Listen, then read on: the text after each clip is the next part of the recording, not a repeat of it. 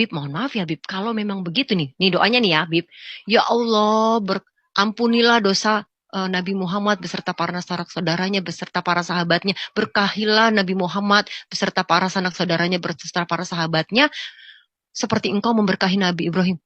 Habib, kalau memang Allah yang menciptakan sholat, kenapa Allah minta sama Allah? Saya berarti dalam sholat itu isinya kita cuma ngedoain Nabi Muhammad beserta para sanak saudaranya, beserta nggak bisa jawab Habibnya. Saya tidak puas sampai sekarang saya tidak pernah mendapatkan jawaban yang pasti. Siapa yang menciptakan sholat? Bertanya-tanya, gila ya selama ini berarti gue sholat itu dibohongin. Lalu saya berpikir, berarti dalam sholat itu isinya kita cuma ngedoain Nabi Muhammad beserta para sanak saudaranya, beserta para sahabatnya, supaya Allah memberkati beliau dan para sanak saudaranya dan para sahabatnya seperti Allah memberkati Nabi Ibrahim. Diakui juga bahwa Ibrahim adalah bapak segala bangsa. Saya nggak mau bodoh sendiri dong, saya tanya sama Habib. Karena pada saat itu kan saya masih sosok ya, jadi saya ngaji, saya ikut, saya tanya. Saya bilang, mungkin teman-teman ada yang mau menjawab tadi menjawab saya juga pertanyaan ini. Karena pada saat itu pertanyaan saya dijawabnya tidak bisa.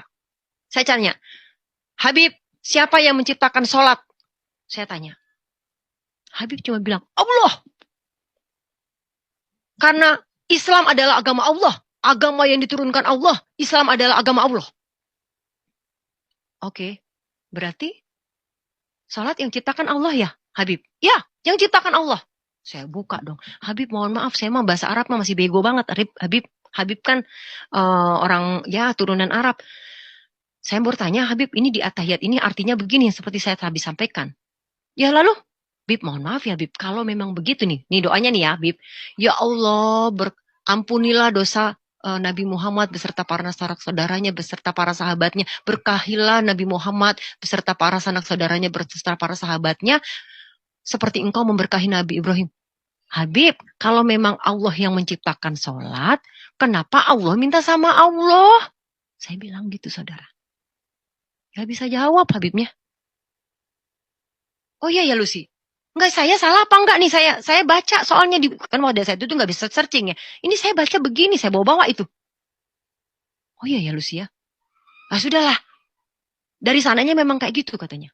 Nah itulah yang kadang-kadang membuat bodoh saudara-saudara kita. Pada saat kita bertanya, mereka jawabannya ya udahlah dari sononya begitu nggak usah diganggu gugat katanya. Saya tidak puas sampai sekarang saya tidak pernah mendapatkan jawaban yang pasti. Siapa yang menciptakan sholat? Dan semakin tahun demi tahun saya lampaui, akhirnya saya menyerah, saudara. Dengan kebebalan saya, dengan kesombongan saya nyerah, saya bilang, enough Tuhan. Sekarang saya percaya bahwa Engkau adalah Allah Subhanahu wa Ta'ala yang saya sembah, saya puji bertahun-tahun, puluhan tahun. Saya sudah mengenal Engkau ya Allah di dalam nama Yesus, di dalam nama Isa alaihissalam. Ya teman-teman, itulah dia kesaksian yang sangat luar biasa bagaimana kisah saudara kita ini sebelum dia mengikuti Yesus dan bagaimana cara Tuhan menyelamatkan dia. Dulu dia sewaktu agama lamanya, ya seperti yang kita dengarkan tadi, dia merasa dibohongi karena dia mendoakan Nabi Muhammad serta pengikutnya. Dan hal inilah yang membuat dia mencari tahu kebenaran itu yang sebenarnya. Dan dia sudah berusaha menanyakan itu kepada umat muslim dan tidak menemui jawabannya. Kalau kita dengarkan tadi kesaksiannya. Dan pada akhirnya dia menemui kebenaran itu di dalam Yesus. Dan dia mengambil keputusan untuk mengikuti Yesus. Dan itu luar biasa. Ini keputusan yang terbaik. Karena keselamatan itu hanya ada di dalam Yesus. Karena firman Tuhan berkata, tidak ada keselamatan di bawah kolong langit ini yang diberikan kepada manusia yang olehnya kita dapat diselamatkan selain daripada Dia. Dia siapa? Yesus Kristus, Juru Selamat dunia. Hanya kepadanya. Nah, jadi kalau saudara kita ini mencari kebenaran, dan dia sudah menemui kebenaran itu di dalam Yesus. Dan hal ini hal yang sungguh luar biasa. Dia mengambil keputusan yang tepat.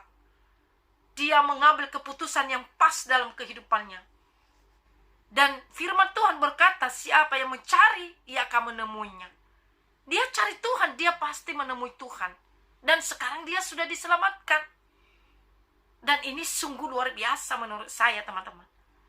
Mari kita mendukung dia dalam doa. Semoga keluarganya yang lain yang belum diselamatkan Tuhan, agar mereka boleh diselamatkan oleh Tuhan.